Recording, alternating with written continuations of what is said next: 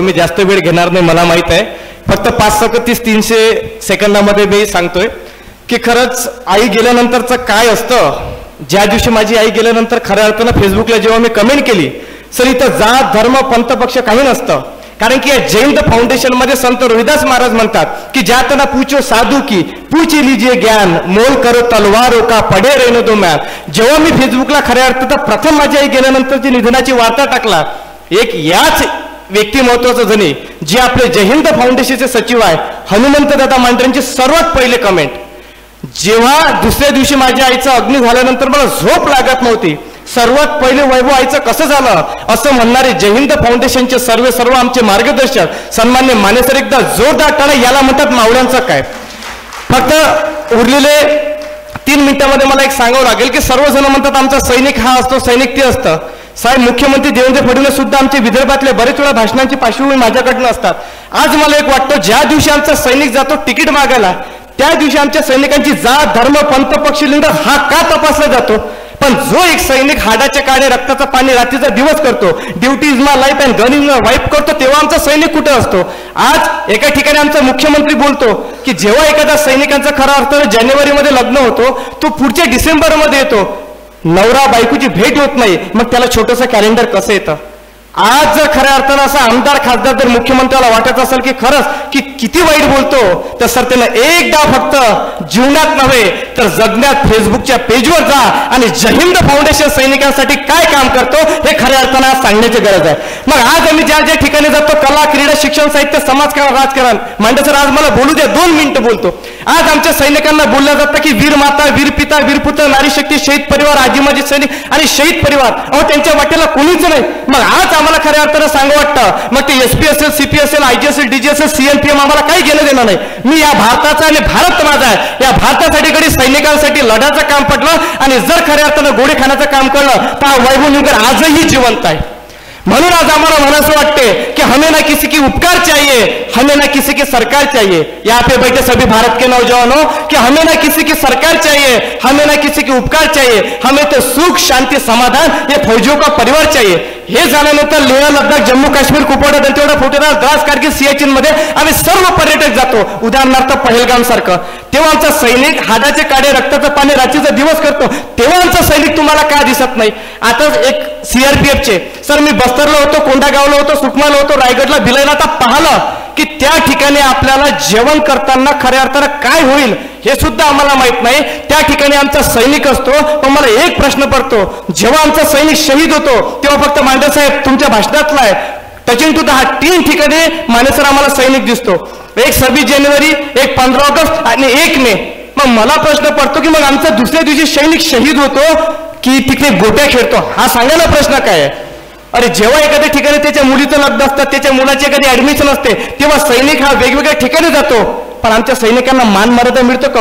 आज आम्ही सर लाजिम नाही की आम्हाला पद पैसा प्रतिष्ठा पाहिजे, कारण की जे जे जगात आम्हाला इस्टेट रिस्पेक्ट प्रोटेक्ट आहे ते आमच्या भारतीय सैनिकांनी दिले. फक्त आमचा सैनिक एका गोष्टीचा भुकेला आहे, जर द्यायचं असेल ना तर हक्काला द्या, ते म्हणजे प्रेम, ते म्हणजे प्रेम आणि ते प्रेम फक्त प्रेमाचा भुकेला आमचा सैनिक हा आम्हाला का दिसत नाही. जाताना फक्त 2 मिनिटं आणि 2 मिनिटांमध्ये मला सांगायचं आहे की आज जागतिक विश्वविक्रम 2025 केला 3 जानेवारी ते 23.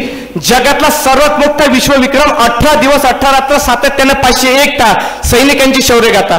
जेव्हा मी मांढरे सरांची माने साहेबांची सर्व आमच्या जहींच्या माझ्या सख्या नातेवाईकांशी फोनवर असेल दूरध्वनी असेल किंवा सोशल मीडियातनं मला एक गोष्ट जाणवली की माझ्या वर्ल्ड रेकॉर्डमुळे सैनिकांचं नाव विश्वात गेलं नाही, तर खऱ्या अर्थानं जय हिंद फाउंडेशनमुळे आज आमच्या सैनिकांचं नाव जागतिक पातळीवरती गेलं, जागतिक पातळीवर गेलं. हे आज आम्हाला सांगण्याचं वाटतं. आज एवढंच नाही सर, दुसरं माझी आई गेल्यानंतर माझ्या आईचं एक अकाउंट होतं 7010620067 IFSC कोड 1008. माझ्या आईच्या अकाउंटला मी 6 महिने अगोदर चेक केलं. माने सर मी पुढे बोलतो, प्रूफ्स आय ऑल प्रूफ्स. 25,552 रुपये. येणाऱ्या 26 जुलैला कारगिल विजय दिवसाला सर हे भारतातलं असेल मांढरे सर, हे जय हिंदचं आहे, माझं अजिबात नाही. आणि माझे जेवढे काही अचिव्हमेंट असेल ते always dedicate to the Jai Hind foundation, कारण की जय हिंद माझा श्वास आहे, जय हिंद माझं रक्त आहे. येणारी भारतातले सर्वात पहिले लायब्ररीला वेगवेगळे महापुरुष महामानव क्रांतिकारकांचं नाव आहे सर.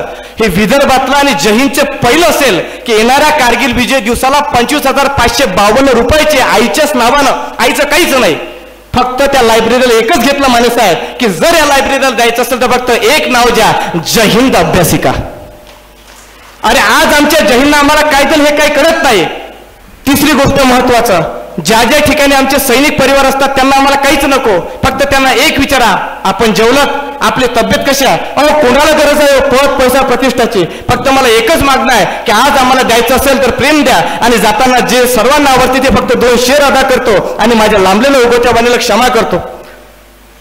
अमेरिका हो चाहे हो पाकिस्तान और अफगानिस्तान, हमारे भारत से टकराना कोई खेल नहीं आसान. यहाँ पे बैठे सभी भारत के नौजवानों कि अमेरिका रूस हो चाहे हो पाकिस्तान और अफगानिस्तान, हमारे भारत से टकराना कोई खेल नहीं आसान. ये संत वलियों और महापुरुषों का देश है, इसीलिए सारा जग कहता है हमारे भारत देश को हिंदुस्तान, हमारे भारत देश को हिंदुस्तान. दुसरी गोष्ट सर, बरेच ठिकाणी आपण रामराम घेतो, जय भीम घेतो, जय श्रीराम घेतो, सलाम वालेकुम घेतो, सत श्री अकाल घेतो, पण मला एक प्रश्न आहे, आमच्या सैनिकांसाठी जात धर्म पंथ पक्ष नसतो, घ्यायचं असेल तर जय हिंद घ्या. काही लोक सर आपण जय हिंद म्हणतो, तर मला माझ्या गावामध्ये इचुकाटा विदर्भामध्ये याच्या तोंडात जेवताना झोपताना जय हिंद म्हणतात. अरे जय हिंद म्हणायची जर लाज वाटत असेल तर मला एक प्रश्न पडतो कि शान करने वाली की कभी शान नहीं जाती, जान देने वाली की कभी जान नहीं जाती.